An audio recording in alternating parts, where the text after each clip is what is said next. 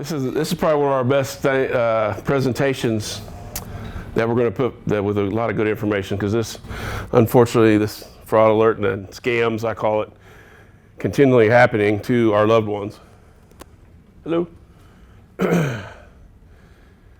So Joe had went to a school and a class, and he's got to do some really cool stuff with some federal agencies, and he's been able to apply it here locally as well, unfortunately, as far as putting cases together and helping people to stop getting scammed. So he's going to be our president. This is Joe Harmon. He's one of our detectives, and he's going to present this thing to y'all, and then afterwards we'll open it up for questions, okay? All right, thanks. So first of all, thanks for coming out tonight. I know we're a week before Christmas, and there's a lot of things that still probably need to be done. So we appreciate you spending some time with us here tonight. So I am a detective with Speedway Police. I've been with the department about 7 years. 5 of that was on road patrol, and I've been in investigations for about 2 years now.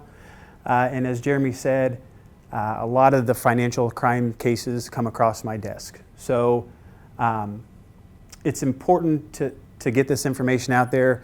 A lot of the cases that we talk about tonight are actual cases. I'm not going to get into details, so for privacy's sake, but it's important for people to know that these things are happening in town, and your friends and your neighbors are being victimized by these scams. I've also talked to a lot of the people who have been the victims of these scams, and I can tell you they're all very intelligent people. They just didn't know what to look for. It's like if you're going hunting, fishing, bird watching, you got to know what to look for. So hopefully after tonight, you'll have a little better idea of what these things look like, some of the common themes, and you'll know what to look for. So first of all, I just want to get into a little bit of the scope of the problem. Here in Speedway, we're seeing about 3 to 5 cases a month, and the dollar amount losses are anywhere from $2,000 to tens of thousands to over $100,000 on some cases. That's just locally. And then across the nation, about 1 in 10 Americans 65 or older will be a victim of some kind of a scam like this, with the IRS scam being the most common. We'll get into that here in a minute. And then it was kind of hard to find numbers on this because they're kind of all over the place, but the most conservative estimate I could find was that Americans lose about $10 billion a year to these scams, which, if you can see the graphic here, if these were $100 bills on these pallets, that would only be $1 billion. So we're losing 10 of these every year just to scammers. So it is a big problem. We are losing a lot of money locally and across the country. So again, hopefully we can share some information and give some people some things to look for. So what we're going to discuss tonight is how these things start, some red flags and some themes that are common across a lot of these that we're going to see. We'll get into some specific types of scams. We'll talk about how they're getting people's information. A lot of these scams, they have your name, they have your phone number, they have your address, friends, family. So we'll talk about how they get that information and how you can protect yourself. And then we'll also finish with what you can do if you do become a victim of one of these scams. I've got some slides to show from the FTC. So how does it start? So how are people being contacted by these scammers? What's it look like? And the 3 main ways are phishing emails, the robocalls, which I'm sure everyone in this room has probably gotten robocalls, someone saying they're with the IRS or you owe money on taxes or whatever. And then some are even in just standard mail. So phishing, I'm sure everyone's probably heard the term phishing at this point. And phishing an email is basically, it's an email that looks like a legitimate email, either from a business or from a personal contact. And that email either may have like a website link to it, it may have a phone number for you to call, or there may be an attachment, and the attachment may have malware in it. Malware is just harmful software that gets downloaded. So it'll say, please look at this invoice and get back to me. You click on this invoice and it'll download a virus, or it'll download like a program to record keystrokes, something like that. So that's pretty common. So I got a couple examples of what phishing emails look like. As you can see, this one was supposed to be from PayPal, and it says there's unusual activity. And then right down here it says confirm your account. So what would happen if you got this email and you clicked on that and you actually logged in because you thought it was PayPal? You'd be directed to a fake site, and they would record your login information and then use that information to access your real PayPal account. Now, if you look at it, it looks pretty official. You've got the PayPal logo, you've got the link, But the key is up here where you see the email address. It says info@accmailing@telus.net. So if you look at that, you should know right away that's not PayPal's domain. So if you see that, that should be a red flag. Also, PayPal generally doesn't send out information like that. So what you could do if you got an email like this and you have a PayPal account, go to PayPal's legitimate website, log in, and just see if you have any alerts. I would never follow one of these links just because you don't know where it goes, and PayPal generally doesn't send out information like that. This is another one from Apple. It says your Apple ID has been locked for security reasons, but again, if you look at the email address up here, it's Apple ID customers at VStar paid something. So again, not an actual Apple domain. And same thing, there's a link down there to update your Apple account. If you were to click on that and put in your information, then they would steal your information that way. Another one here. So again, this is from Apple, and it says successfully updated version. And this is what I was talking about with the malware. So if you see down here, there's a PDF file that says Apple locked case number 67. If you were to open that, it would probably download viruses or malware or something that would affect your computer. So again, if you see this really long email address, don't click on any unknown attachments because you don't know what you're going to get. So the robocalls, they're starting to call this vishing. So it's like phishing, but they call it vishing for voice phishing. And these are the ones that are most common. I'm sure everybody's gotten the call from the IRS or debt collectors or whatever. They might claim to be the government. They might claim to be a utility company. Number one thing to look for is don't trust the caller ID. A lot of times these phone numbers will pop up as a 317 area code, and people will think, oh, it must be legit because it's local. But there are phone number spoofing services out there. You can be in India and make it look like it's coming from here. The ones I get a lot, it'll have the first 3 digits of my actual phone number, and I think that again is like a way to gain trust. They think, oh, okay, it must be somebody around here that looks like my cell phone number. So don't trust the caller ID. If you're in doubt, just hang up and call the real company. If they say they're with the utility company and they need your PIN, or they say they're with your bank, whatever, just hang up, call your actual bank, and they'll tell you that there's probably nothing going on. And again, don't provide information over the telephone, especially if it's not a call that you made. So if you call your bank, they may ask for a PIN number or birth date or something like that. But if they've contacted you, don't ever give out any of that personal information.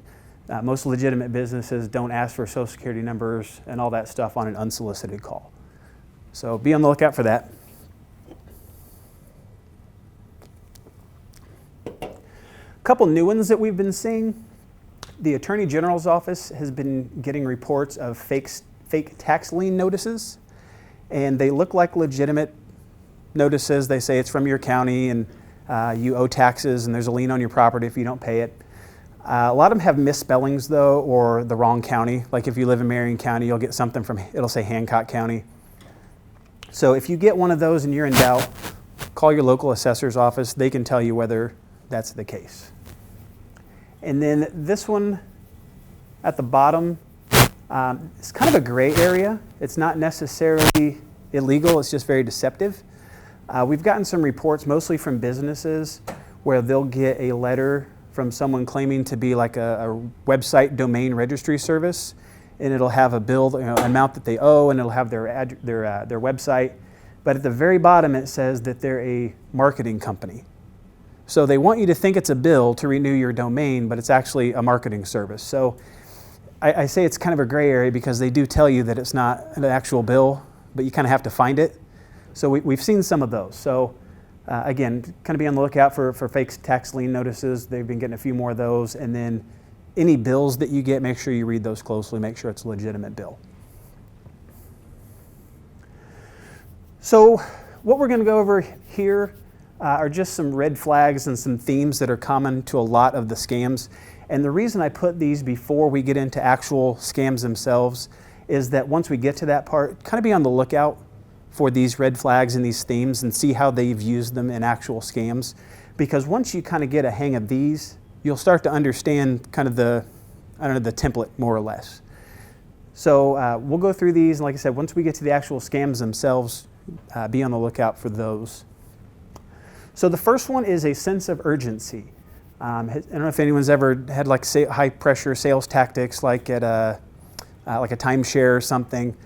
The idea is that they don't want you to have time to think about it, right? They want you to make an emotional decision rather than a rational decision. So a lot of these people, the scammers will be very aggressive on the phone. They'll tell you that you need to do this right now, you need to go to the store right now and buy gift cards or the money order, and you need to overnight it. And again, they don't want you to have time to think about it. They just want you to be upset about whatever the call's about and just go do it without thinking. They also don't want you to verify the story. They don't want you to call family members, friends, police. They don't want you to be able to Google and see if this is a scam that's been perpetrated on others. So they try to get you to do this quickly before you have too much time. And then the other one, and this is a big one.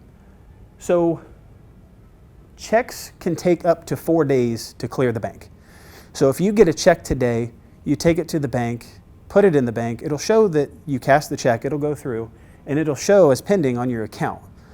So a lot of people will think, okay, well the check must have been good, it went into my bank, but it can take 4 days for that to clear.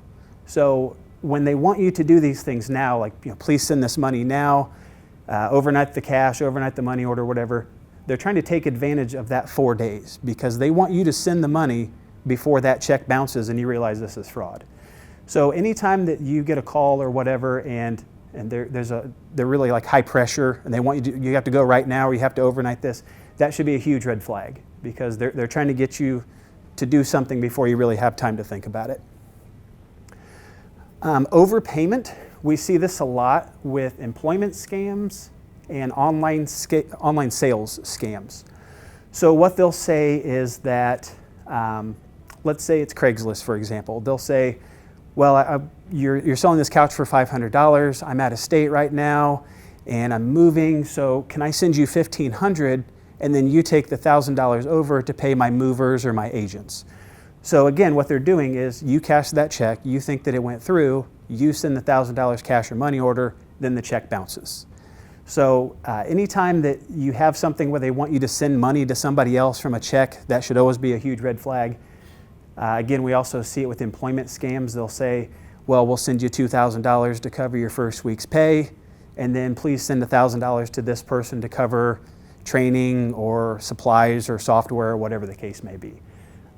Legitimate businesses don't work that way. I've never heard of a job where they're going to send you a check up front and you have to cash it and send it to a third party. And the question you ask is, why can't they do that themselves? No legitimate job is going to have you take care of these things that they could do. So anytime you have an overpayment request, that should be a red flag. Methods of payment's a big one. A lot of these scammers will ask for gift cards. And not only will they ask for gift cards, but they'll ask you to go to CVS or Walgreens and take photos of the gift cards so they can verify that you're doing it. And then they'll ask you to scratch, after you buy them, scratch off the numbers and just send photos of the gift card numbers. Legitimate businesses don't do that. The government doesn't do that. We'll see that a lot with the IRS scams. You can't take care of a warrant by sending iTunes gift cards. It just didn't work that way. So if you get a scammer claiming to be a legitimate business or government agency and they're asking for Nike gift cards, Green Dot, whatever, that should be a red flag. Don't ever take pictures of gift cards or take pictures of the numbers and send them to anybody. And then also don't overnight cash or money orders. We see this a lot where they want you to overnight them a package with cash in it or a money order. And again, that's trying to take advantage of that check situation. So gift cards, money orders, overnight, stuff like that should immediately trigger some questions. And then a lot of the things that you're going to see in these scams are appeal to emotions. So fear, they'll say that you're going to be sued. They're going to say that criminal charges will be pressed. They'll say that you're going to have federal agents arresting you. Compassion, they'll try to say that you're helping a family member in need. Sometimes we see this with the employment scams. People who are in financial trouble and they're really desperate to get a job, they'll kind of take advantage of that desperation. And then love and companionship, there are some romance scams that we'll talk about, and they're targeting like elderly widows and widowers who are just lonely, and they take advantage of that, unfortunately. So anytime that you get these calls or these emails and you kind of see these in motion, that should be another red flag for you to kind of slow down and take a step back. And then finally, as with everything in life, if it's too good to be true, it probably isn't. You know, if you've won a sweepstakes or some, great new job where you can sit on your computer and make $2,000 a week, probably isn't true. Never agree to advance fees. You'll see this with sweepstakes scams, IRS stuff. They'll say, well, you've won a prize, but you have to pay your taxes up front. So send us the $10,000 and then we'll send you your prize.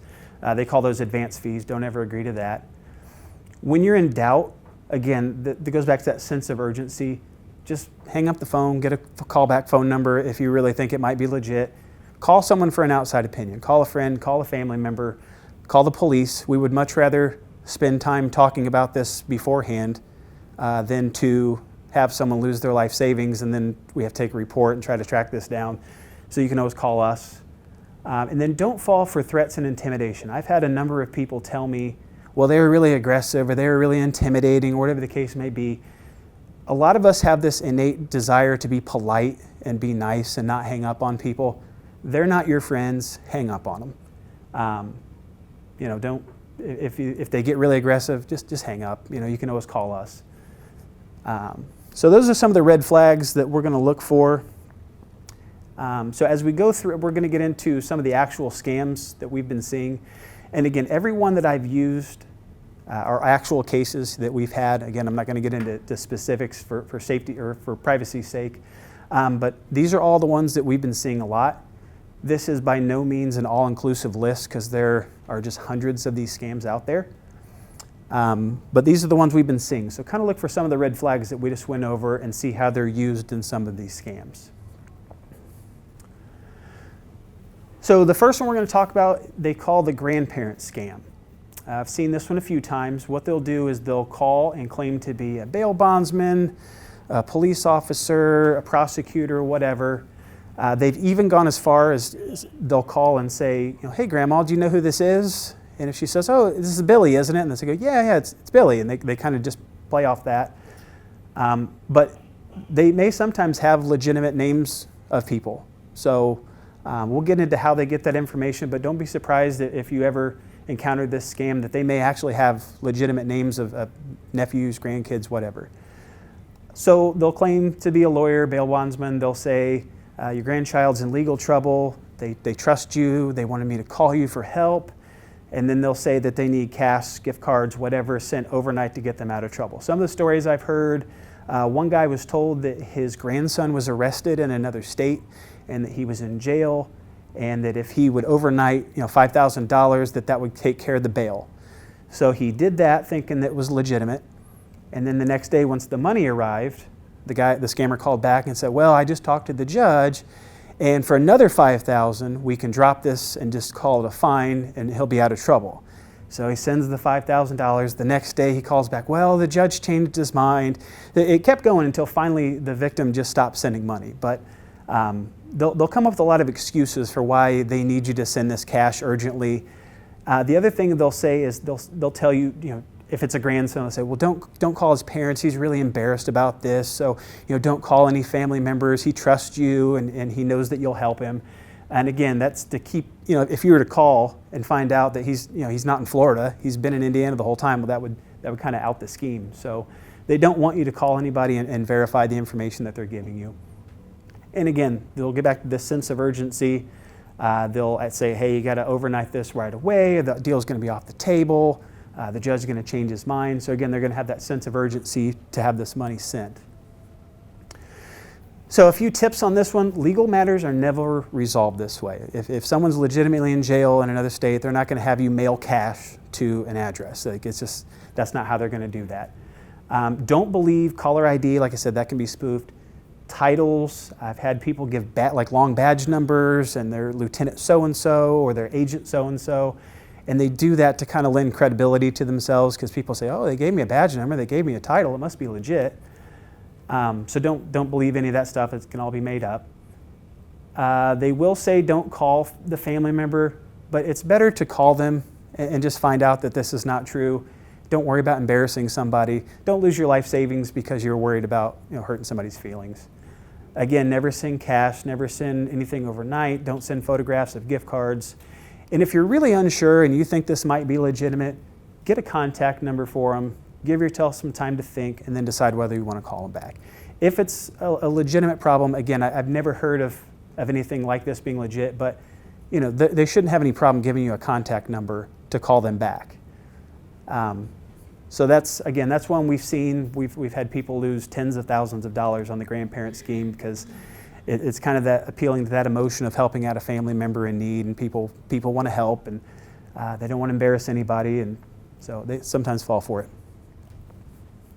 Tech support scam, we've had this one a number of times from either people claiming to be with Microsoft, or even one time someone claiming to be from a bank and saying they needed to check account balances or something. So you may get a pop-up or redirected to a website. There may be one of those phishing emails that we talked about, and there may be a phone number or a link or something to follow to get you in touch with, you know, the tech support people who are going to help you. So if you were to call those people, the scammers are going to tell you that they need to remote into your computer, which you can do nowadays. You can give someone access to log onto your computer remotely. And if you do that, they'll probably download some malware or some viruses that you don't want. So don't ever give anyone access to remote log into your computer. Don't send gift cards. Don't provide banking information. A lot of times what they'll say is, well, we can fix this problem and get your computer back for you, but you need to pay the service agreement, or you need to pay this ransom to get your stuff back. Don't do any of that. The bottom line is, if your computer's working okay, then you know, you shouldn't even question whether you need their help. And if you're not sure, it's better to go to Best Buy, to the Geek Squad, or one of the local computer repair stores, and let someone in person legitimately check your computer and tell you whether there's a problem or not. If they have actually downloaded malware or something, and they want ransom, you know, those places can help you with that rather than sending somebody $10,000 and hoping that they hold up their end of the bargain. So be aware of the tech support scams.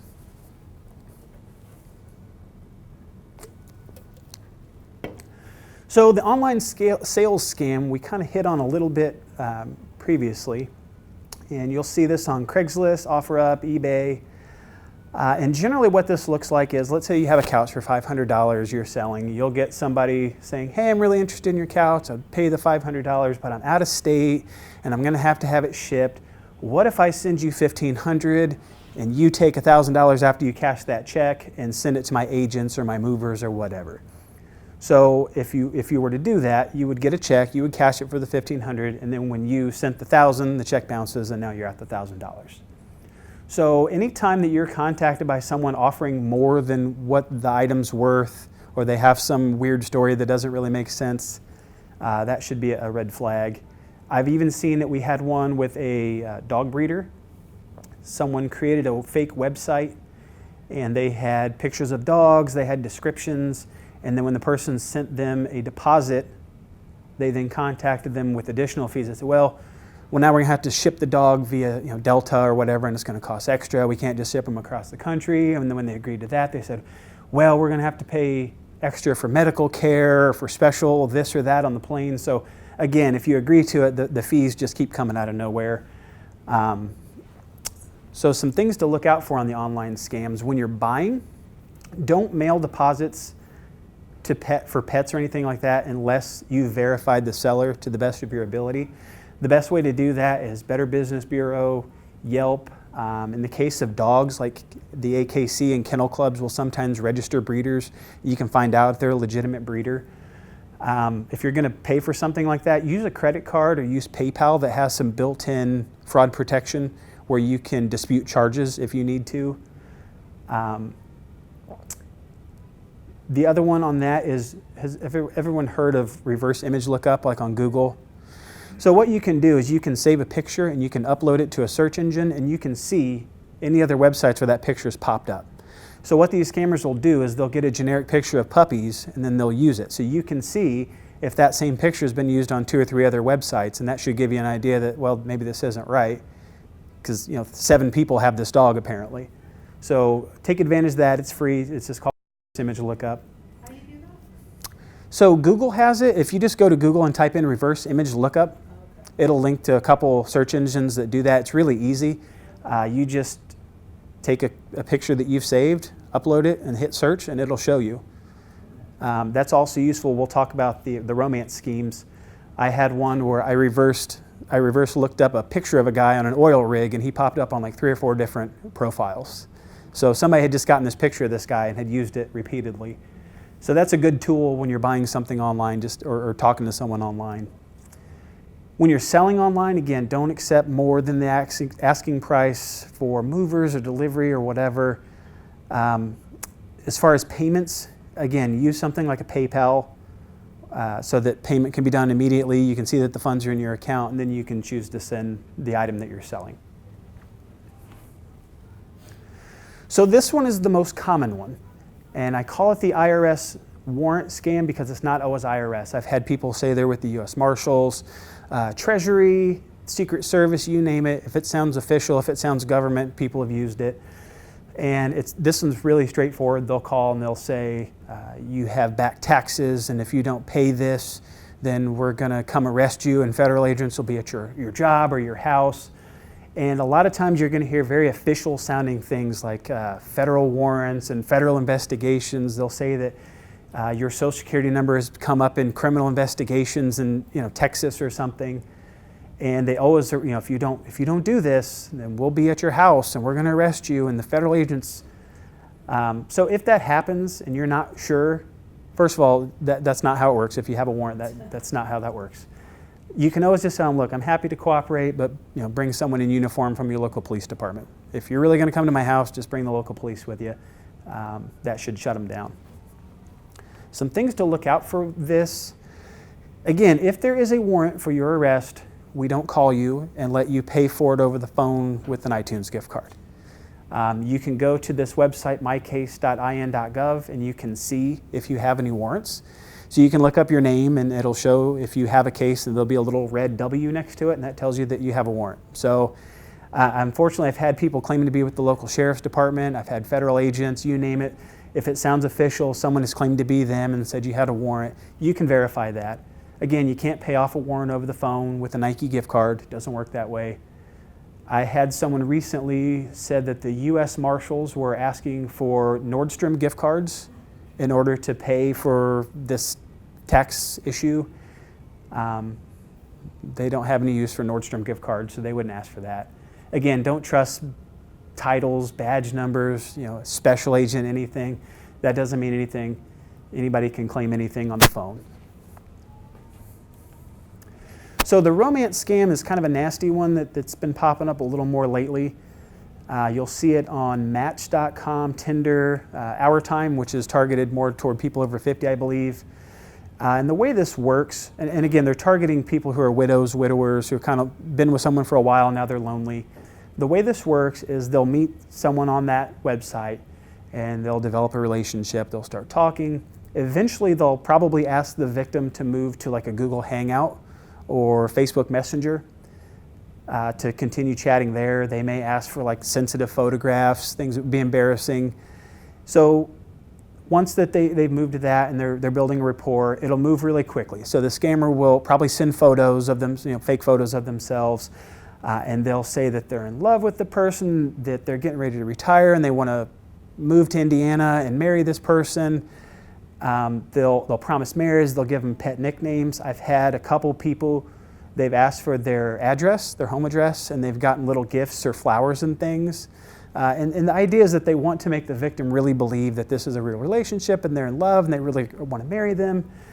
And then what happens next is there's a sudden emergency. I've had one guy where he said that he worked on an oil rig and there was an explosion and he needed $10,000 to fix his equipment. There's been people who have claimed that they're stuck overseas and they're trying to get their visas to move to America and marry the person. Whatever the case may be, there's going to be some kind of an emergency where they need money right now.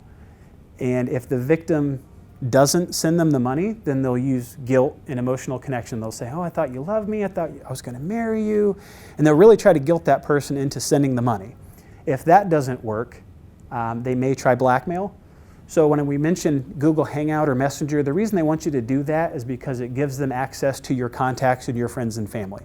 So once they have that and then you've sent them a photo that you would be embarrassed for those people to see, If the guilt trip doesn't work, then they say, well, you need to send me this money or I'm going to send that photograph that you sent me to your friends and family and embarrass you.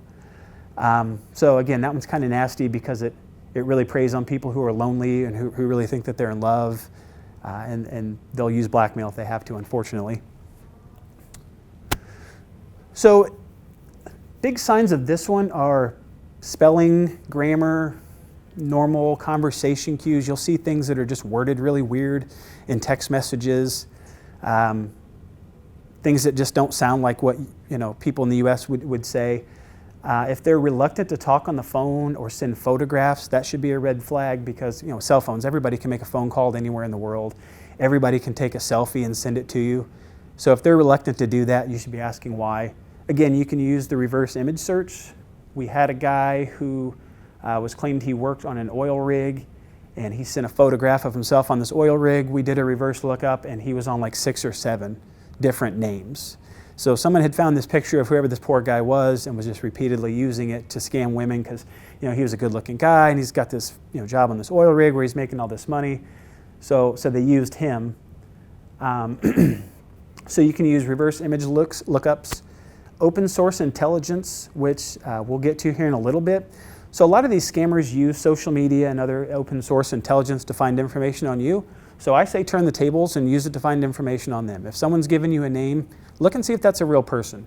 If they've given you, especially a specific name or an unusual name, you should be able to find out whether that's a real person and whether they live in the area that they claim that they live in. We'll get into open source intelligence, but do some research on your own. See if these people are real or not.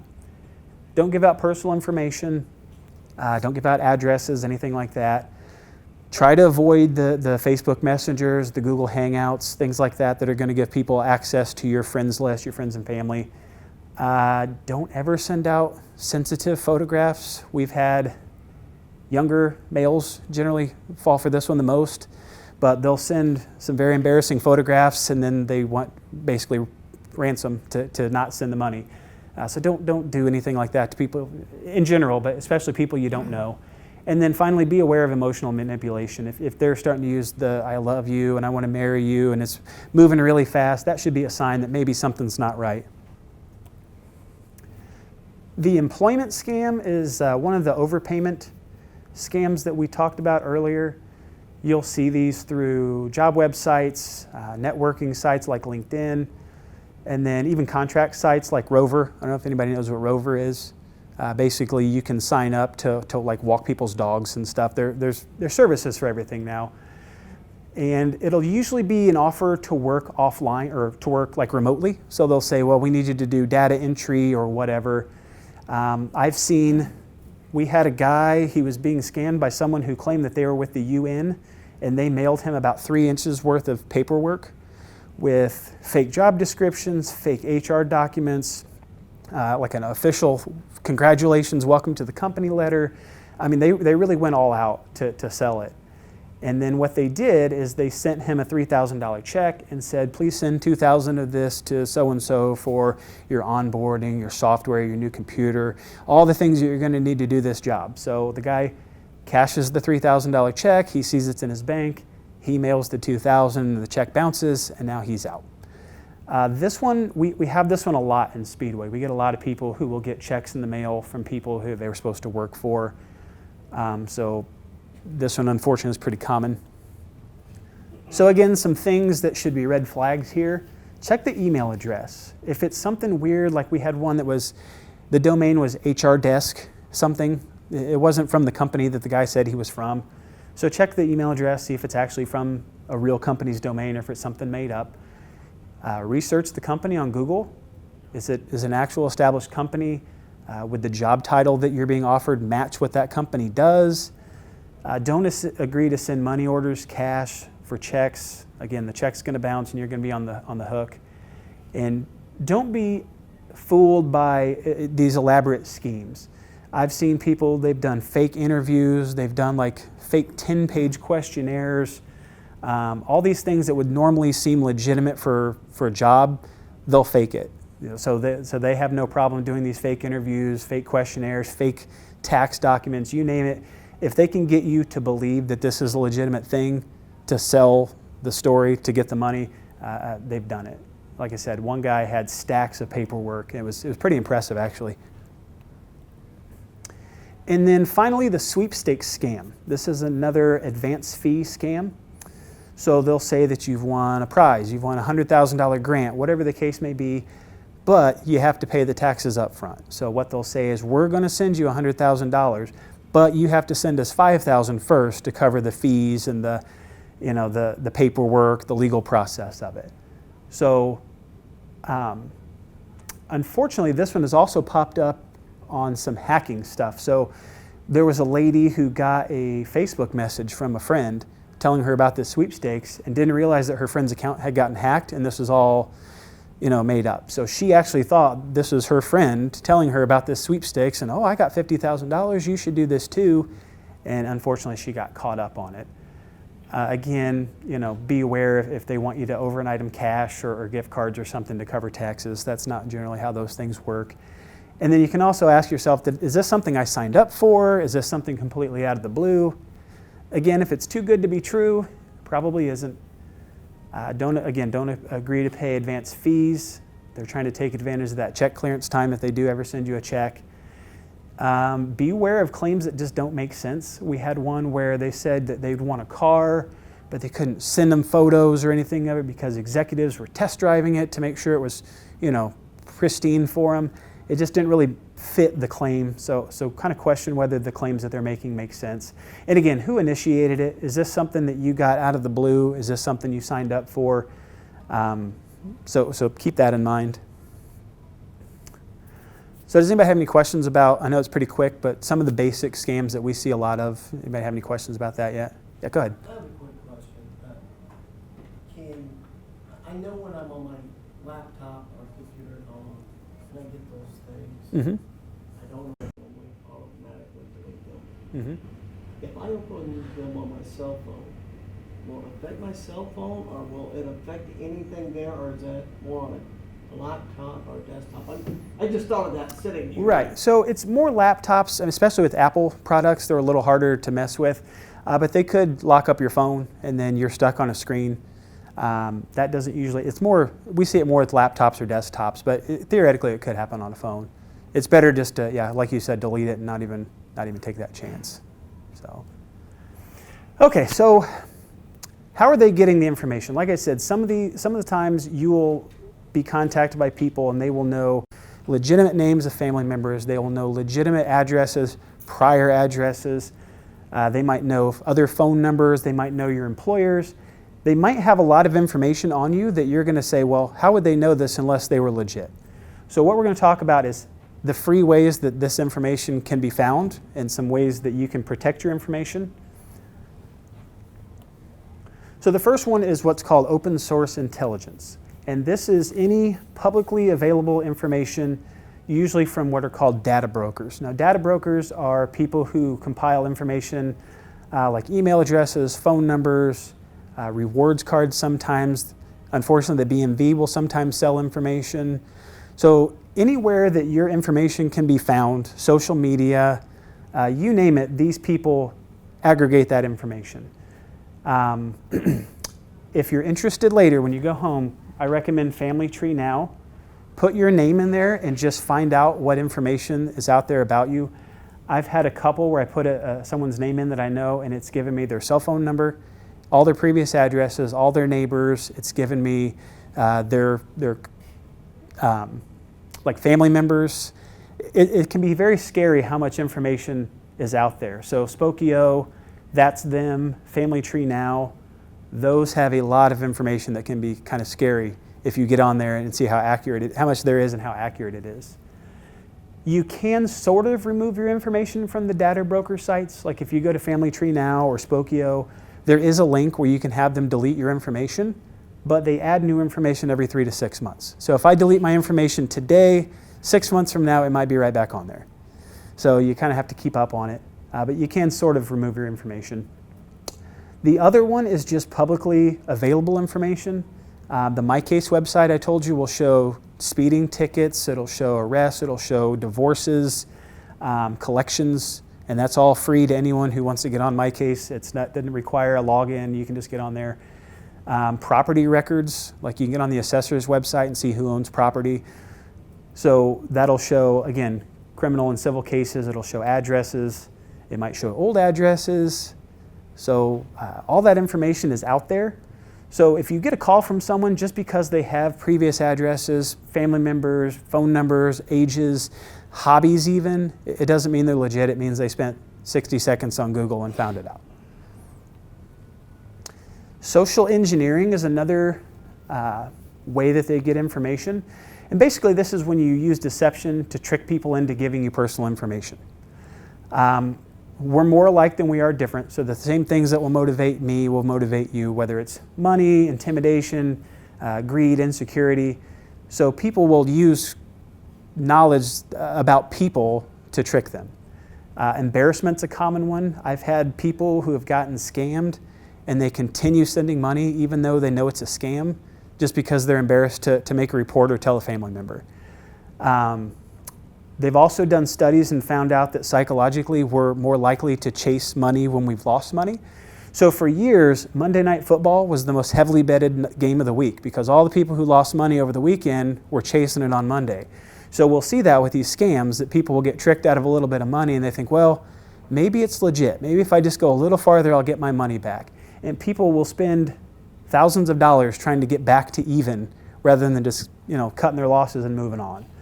So, they're aware of the psychology of some of that stuff and they'll use it against us. Social media, we're all very vulnerable on social media. Most everyone has Facebook, Instagram, LinkedIn, any of those. And the biggest problem is oversharing. So people will post birthdays, they'll post weddings, they'll post, new health problems that they have. And if someone has your name and you haven't secured your Facebook account, they can see your friends, they can see everything you posted on your timeline, your location services. So if you check in somewhere, it's going to show where you checked in from. And if you're out of the state or out of the city, they'll see that. Again, they'll have access, if you don't secure this stuff, to your friends and family. So they can see, who you talk to, who has the same last name as you. It's not too hard to put that together. People will post pictures of themselves at their job or in uniform, and they can get information that way. Even hobbies, you can see what groups people are interested in, like it's radio-controlled airplanes. You can see that they're in that group, they have that hobby. And again, any information that people can gain about you to use against you to gain your trust, they'll do it. So while we're talking about social media vulnerability, the best thing that you can do is secure your account. Facebook, Instagram, they all have, Twitter, they all have options where you can make yourself unsearchable by people who are on your friends list. They can hide your friends list from people. They can hide certain posts. So if you have social media, get on there and find out how to secure that so that anybody who logs onto Google can't find your account and find information about you. If you get friend requests from people you don't know, I would never accept those, and no good can come from that. So if you get a friend request, just ignore it or delete it. And then keep in mind that accounts can be hacked. Again, we've had situations where people have gotten messages through Facebook because they think it's their legitimate friend, but they didn't know their friend's account got hacked, and they'll scam people that way. So secure your accounts, use good passwords, those basic things. Data breaches are a big one. It's when a legitimate business is hacked and personal identifying information from millions of people can be lost. Unfortunately, there's really nothing you can do about this one. I mean, we're all on Experian or Equifax, cell phone companies. There's really nothing you can do. If it happens, you just have to watch your credit. There is a website that I would encourage everyone to check. It's called it says Pwned, it's P-W-N-E-D. And what this does, if you put your email address into their search engine, it will show you every single data breach that your email address has been associated with. So within what you can do is say, well, if my Yahoo email was in this hack, change your passwords, look out for, check your sent messages, make sure nobody's been sending emails on your behalf. But Have I Been Pwned is a good one. And it'll show them, it's really easy to follow. It'll show you every single one that your information has been involved in. Check your credit regularly. There are websites like Credit Karma, which is one I recommend. It's free, and you can see every account that's opened in your name, every balance that's on that account. You can see your credit score. So if you check that regularly, you'll see that someone's opened an account that you weren't aware of. You can also do credit freezes, which is where you call the credit companies and say, I don't want to open any more new accounts unless I authorize them, and they'll give you like a PIN code or something. That's a good one so that people aren't opening credit cards or utilities in your name.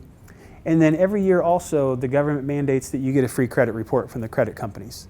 So if you get that report once a year, go through it, make sure everything's legitimate, make sure there aren't accounts that you don't know about. And then I always tell people also, set up fraud alerts. Pretty much every bank will allow you to say, any transaction on my credit or debit card over $10, I want to receive a text message. So that way, if suddenly you get a message like, did you spend $200 at Nike.com, you can hit no and they'll shut your card down. So definitely set up fraud alerts if that's a concern. And you get to set the amount, so you can say $10 or $100 or whatever you want it to be. But again, you'll get a text message so you can kind of get ahead of that before next thing you know, you're $2,000 in debt. Some of the technology that the scammers are using, and again, I kind of want to go over this stuff just so people are aware that it exists so they don't get blindsided by it. IP address masking. So whenever you log onto the internet, your computer has an IP address, and that's basically like a street address. So someone can find out where your computer's at generally and what they're connected to by your IP address. Unfortunately, you can use what are called VPNs to hide that. So someone could be in London and make it look like their computer is in Indiana or New York or wherever. So don't always trust, where it says their computer's at. Delivery tracking is a very big one. What we'll see with a lot of scams is that they'll give you an address of where they want you to send this money, and people will send the money, and then they find out it's a scam, and then they say, well, I know the address, so we'll find out who lives there. The problem is, if I go down the street and find a vacant address and have you send money to that address, and then I get on FedEx's tracking website, I can be a mile down the street, wait for it to get delivered, and just go pick it up. So just because you're sending money to an address doesn't mean that the person actually lives there. It could be that they're sitting on their delivery tracking app just waiting for the postman to bring it by, and then they take it and they're gone. Burner phones, for like $20, you can go to Walmart and buy a disposable phone. You can call people, scam people, whatever you want to do, and then when you're done, throw it away and buy a new one. So that, you can't really trust phone numbers that way. And then finally, phone number spoofing. So again, we mentioned that I can make look like I'm calling your cell phone from any phone number I want to. So I can be in India and make it look like I'm calling from 317 area code. They're really common. We can get information back on that, but it's kind of a process. So just don't trust that just because something's coming from 317 area code that, oh, they must be somebody local, because someone could be in India and make it look like they're calling from wherever. Okay, so I shamelessly stole this from the National White Collar Crime Center. I did a training class there, and they gave us all these to use. So I figure rather than trying to reinvent the wheel, I just used some of their slides here. So you'll see the NW3C logo there. So some preemptive resources. Stay Safe Online. That one has a lot of cybersecurity stuff if you're interested. The annualcreditreport.com is the free credit report I was telling you about. You can go there once a year, and they will give you a free credit report that has all your information on it. Another thing to remember, if your parents, grandparents, whatever, check your children's reports too. If they get your kids' names and social security numbers, they can open accounts in their name too. So check theirs, make sure nobody's opened, they're 5 years old and they're $10,000 in debt. We don't want that. And then this one, Intel Techniques. There's a guy named Michael Bazell, and he's kind of one of the leading experts on scams and fraud. So if you go to this website, he has a workbook that talks about credit freezes and some things that you can do to prevent being scammed or prevent being a victim of fraud. So the Intel Techniques website's a good one. IDTheftCenter.org, Privacy Rights Clearinghouse and Victims Assistance of America. Those are all also good resources. They'll tell you ways to prevent being a victim and some things to do if you do become a victim. And then also the federal government has some websites set up to help with this too. So identitytheft.gov here, if you can see, I've put a red box around Get Started. If you've become the victim of identity, and let's say you found out credit cards have been opened in your name and you don't know who did it, go to this website and So it'll ask you what the issue is. It'll say, I want to report identity theft. Someone filed a tax return with my information. I was exposed in a data breach. Whatever applies to your situation, you can follow the link there. It'll ask you what information that they have of yours, whether they opened a phone account, I've had cases of employment fraud where someone's working under your social security number. That's an option that you can put on there if that's happened. And then they'll ask you how the information was misused, whether it's to get a loan or a mortgage or a student loan, open a credit card. And then finally, you'll see this website here. They'll go into some more personal information like name, address, that sort of thing.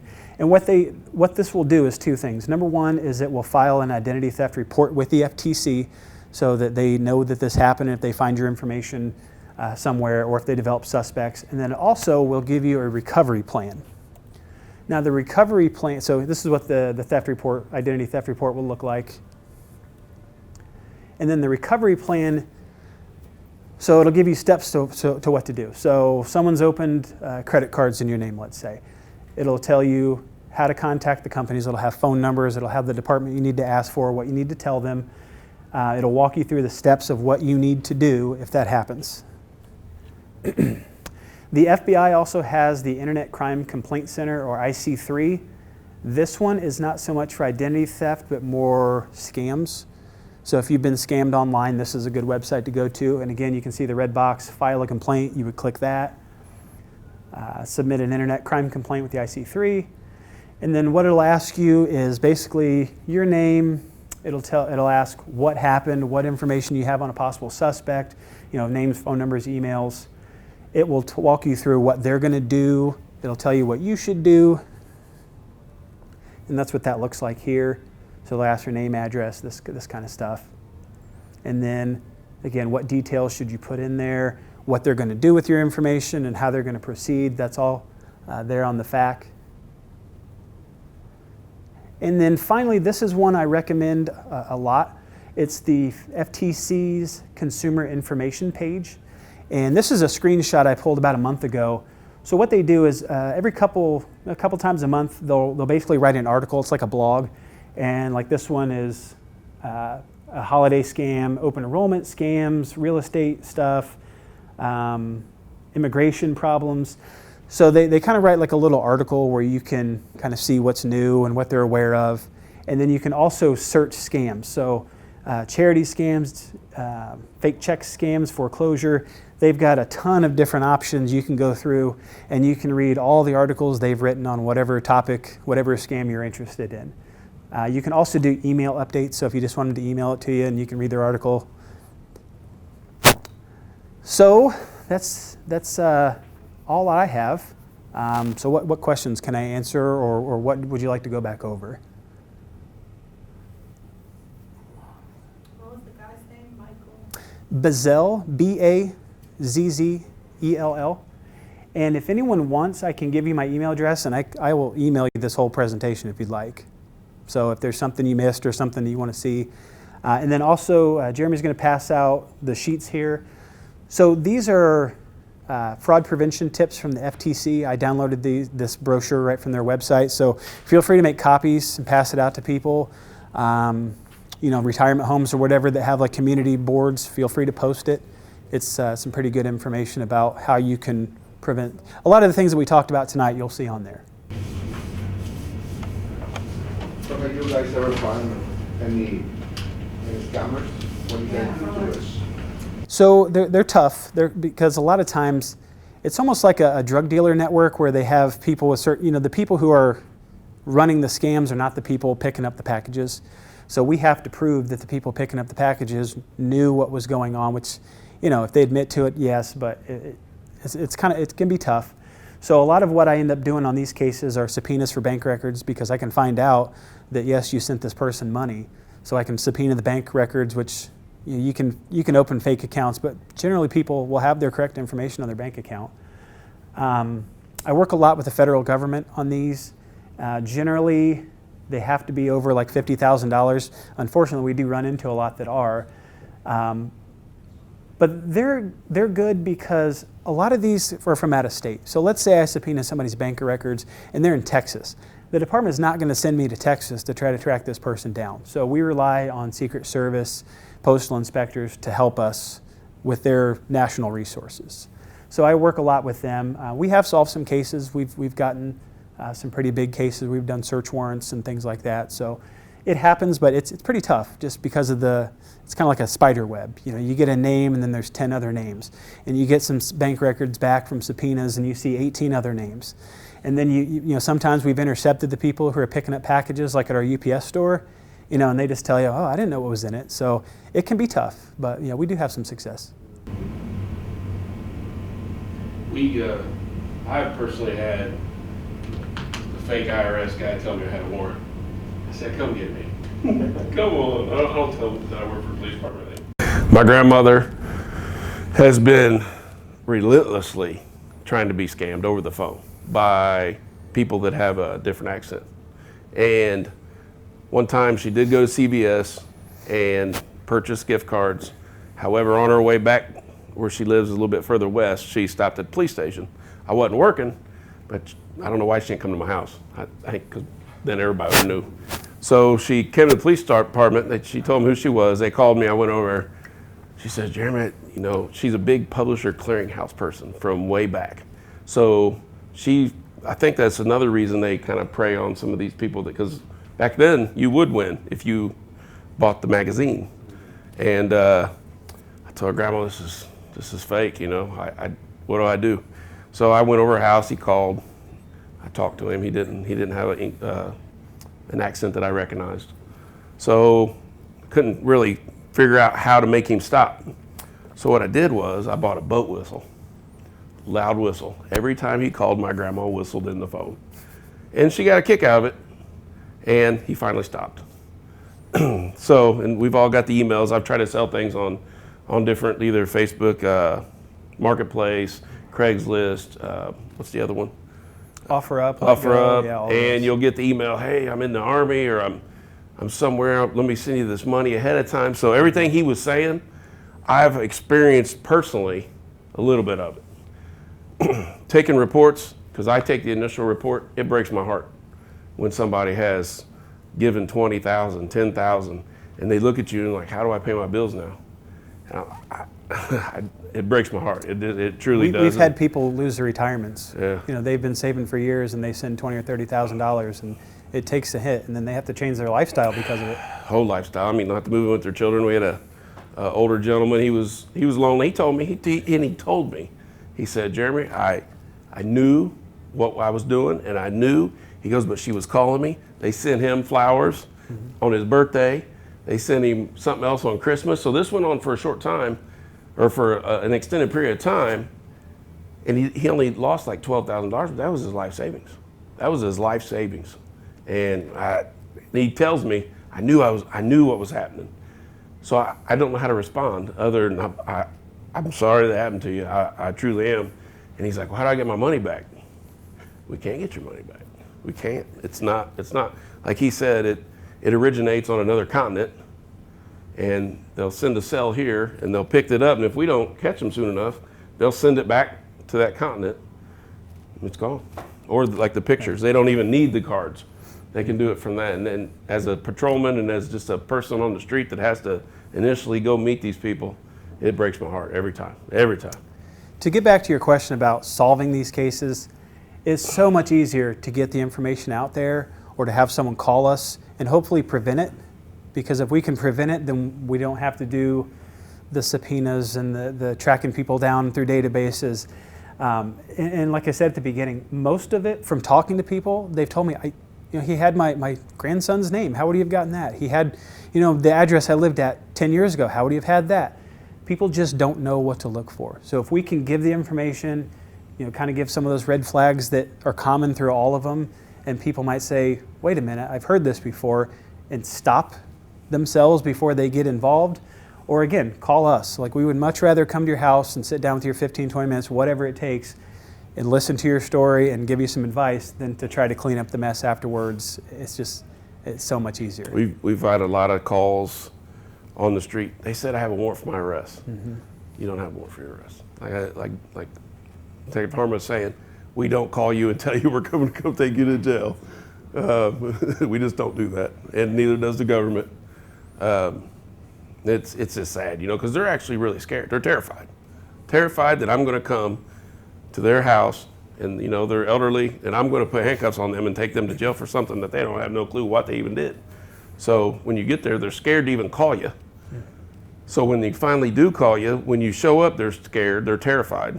And when you finally relieve, they kind of believe you, they don't have the warrant, but they still receive the phone call. So you try to say, hey, please just call us and I'll come over, I'll talk to them. And I've got on the phone before. Hey, what's your name? Yeah, this is Officer Jeremy Howard, Speedway PD. Click. So I'll wait 5 minutes, he'll call back. Hey, it's me again. Where you at? I'll mess with them just like they try to mess with them. But eventually they stop calling, or they're relentless. They get the money from the people, and it's sad. Again, every example, every type of scam that we discussed are ones that I've seen multiple times. That's why they're in there. There are hundreds of scams out there. There are auto wrap scams where people will say, hey, we'll pay you $350 a week to put Miller Lite logos on your car. They'll send you a check for $1,500 and you're supposed to send money to somebody else to get the car wrapped. There are hundreds of them out there. The 6 or 7 that I picked are just the ones that we've seen repeatedly. So when I tell people these stories, sometimes they're like, oh man, people fall for that, but all the time.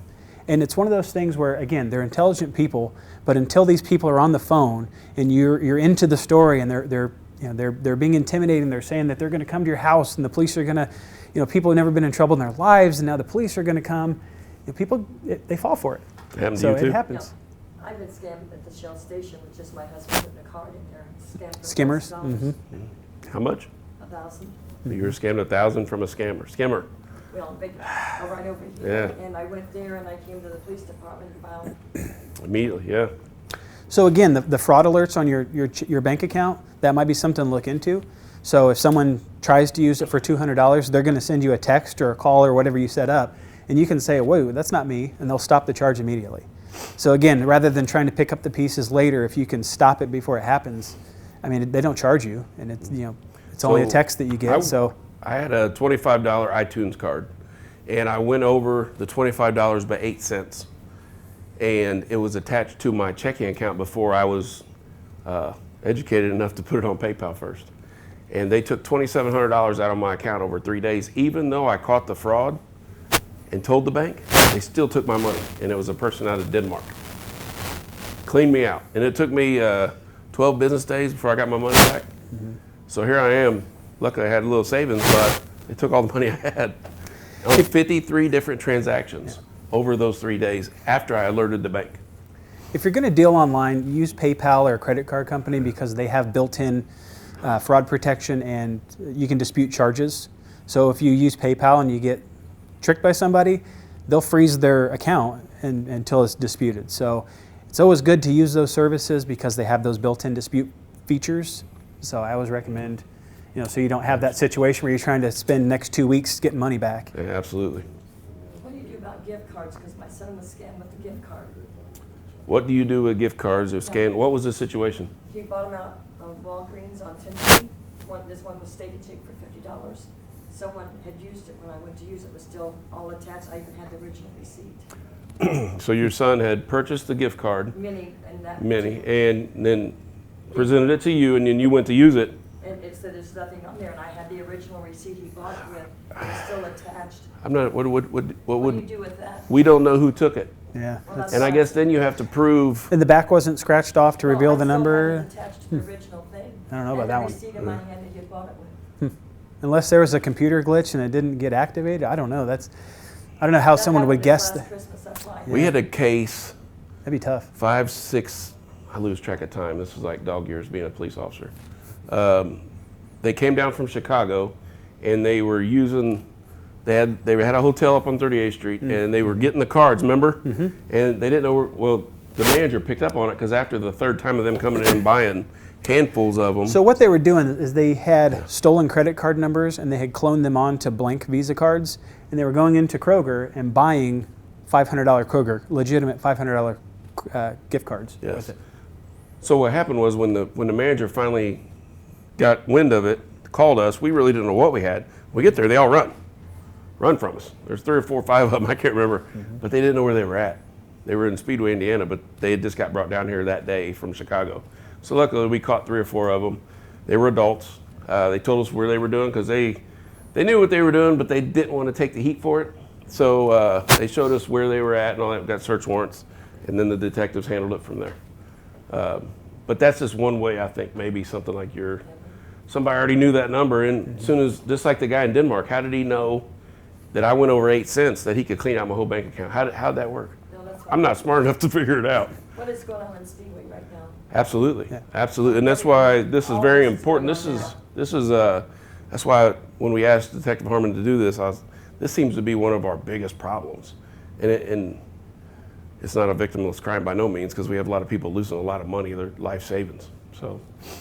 So with the skimmers you're talking about, or like data breaches, so a lot of times in the data breaches, credit card numbers will be sold on the dark web, and scammers can just go to the dark web. They can use Bitcoin to buy stolen credit card numbers, and then there are machines. I'm not sure exactly what you would buy, but you can put any credit card number onto a swipeable card that you want to.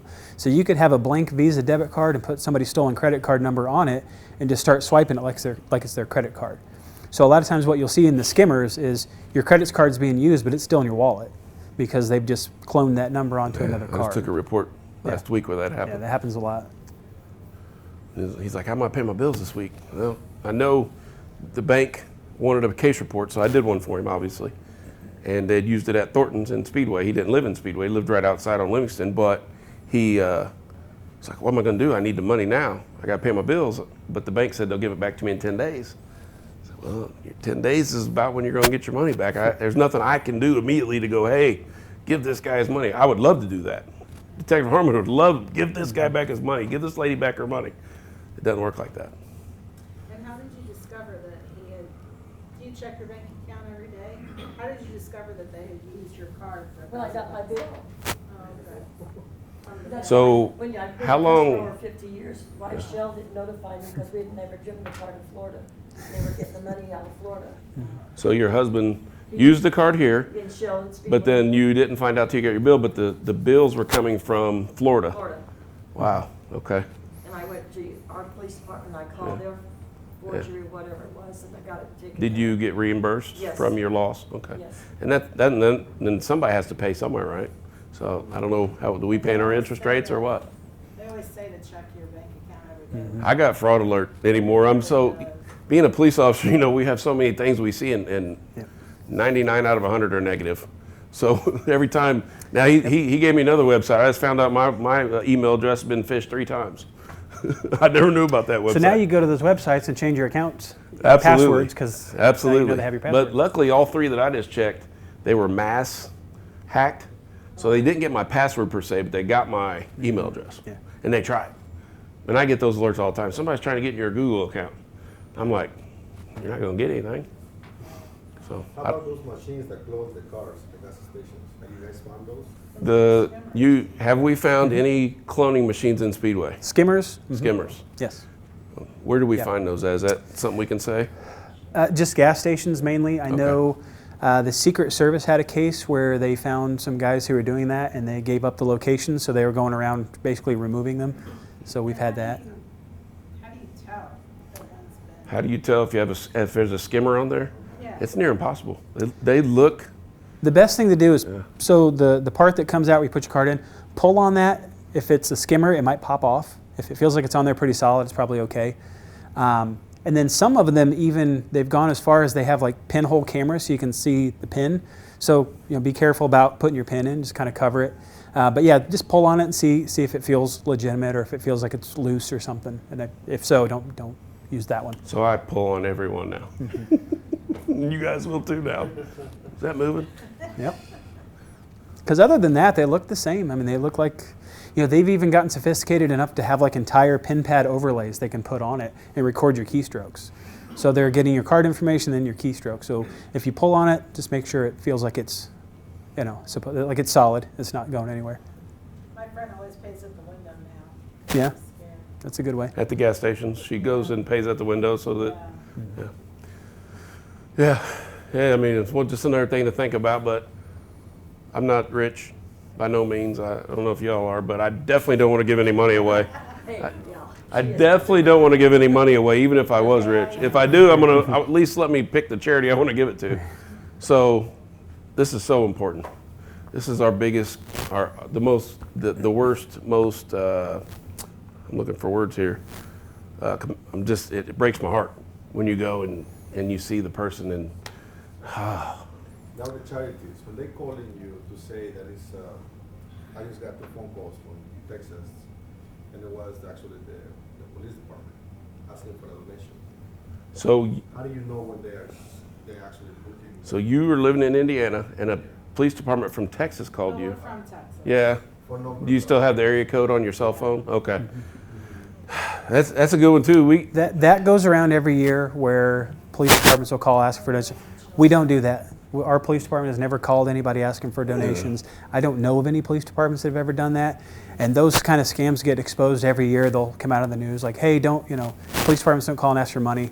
So if you get that call, it's probably somebody else. It So sounds like a police, because They sound good. Yeah. The Indiana They're State Police convincing. Alliance calls me they give you the religiously. everything, and that's like, Same guy, and I'm like, man, I'm not giving you any money, man.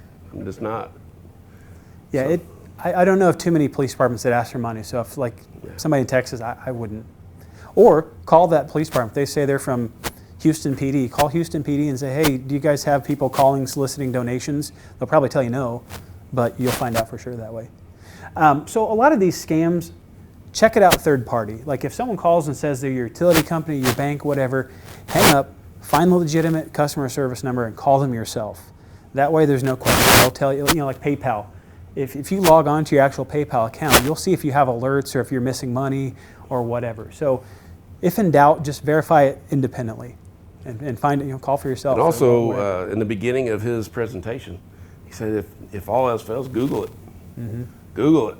And, I know everybody Googles or some form. See if it looks legit, because most of the time, if like he said, that email address that pops in there, it'll tell you it's a scam. There's a one called it's like No Mo Robo or No More Robo. If you just Google a phone number that calls you, it'll tell you other people can log on and say, hey, I got called by this phone number. They didn't leave a message. I think it's a scam. So you can Google phone numbers and see if other people report getting calls from them.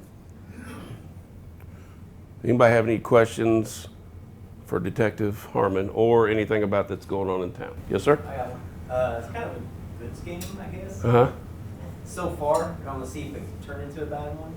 We get random Amazon packages just come to our house, and I checked our account. We didn't order things, and then my wife read online that maybe it was like a Russian scam where they send it to you, and then somehow use that to write good reviews for their product. Really? So far, I haven't seen any money taken from our account, but I don't know if you guys have heard of that and if it could lead into negative things, but we get batteries, we've gotten chargers, the best thing we got was wireless earbuds, it's like, cool. Yeah. But again, I keep checking my account and nothing's been, I just hope that doesn't lead into something. Did you or your wife or kids sign up for like a secret shopper thing or something? It could be the kids that might be, I don't know, they secure and all that stuff. Are the packages in your name? Yeah, our address, our name. So there's a couple theories, because it's funny you mention that. Someone at the Attorney General's office, so I go to a weekly financial crimes meeting, and somebody from the Attorney General's office is there usually. She said a lot of people at their office have been getting checks sent to them, and they have no idea why, because they're not asking for anything in return. So the only theory we could come up with was maybe it's some sort of a money laundering scheme, like if they're sending packages to you and then they cancel the order. That could be, or they're going to come pick up the packages. Hard to say, but that has happened with checks, and we've try as we might, we can't figure out like what are they gaining by sending a check to somebody and asking for nothing in return. But So are the checks legitimate? they don't cash them Oh, because they gotcha. know better. Right. But so it could be like a money laundering thing where they're sending out these packages and then getting refunds, and it looks like legitimate money maybe, but that's just a guess. I don't know for sure.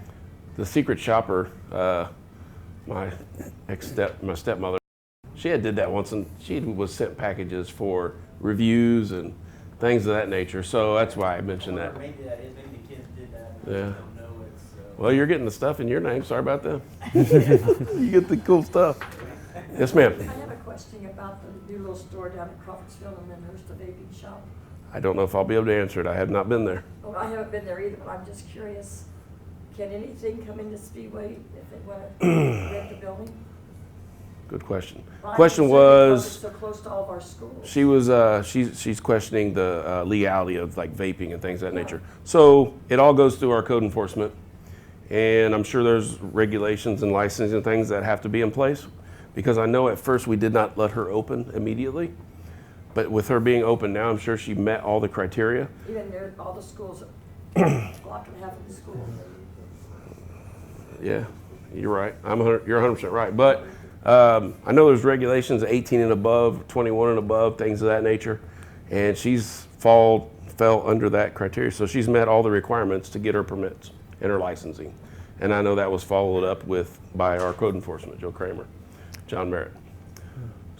As long as they're following, not selling to underage kids and Yeah. they've done their building permits. And you see on the news, I have concerns as well. I'm concerned People because- passing away or people getting addicted to the nicotine and things of that nature. However, I've not been in there. I know So I haven't been in there, but yeah. all of our kids, there's no buses here, and they Yeah. all walk to school. Yeah. And they're walking down in front of my house, and that person Yeah. I'm concerned about our children. I don't think that lady would sell to an underage. I don't think she would. I've met her personally through a mutual other business person here. And she had another business that's real close here to town, and she just separated from that business partner, and that's when she opened her own place. So I think she wants to stay within all her legal things. legal realm so that she doesn't lose her licensing. So I'm going to give her the benefit of the doubt. Okay, as I said, I worked with kids my whole life, and Yeah. when I came in, I thought, They're very should it be there?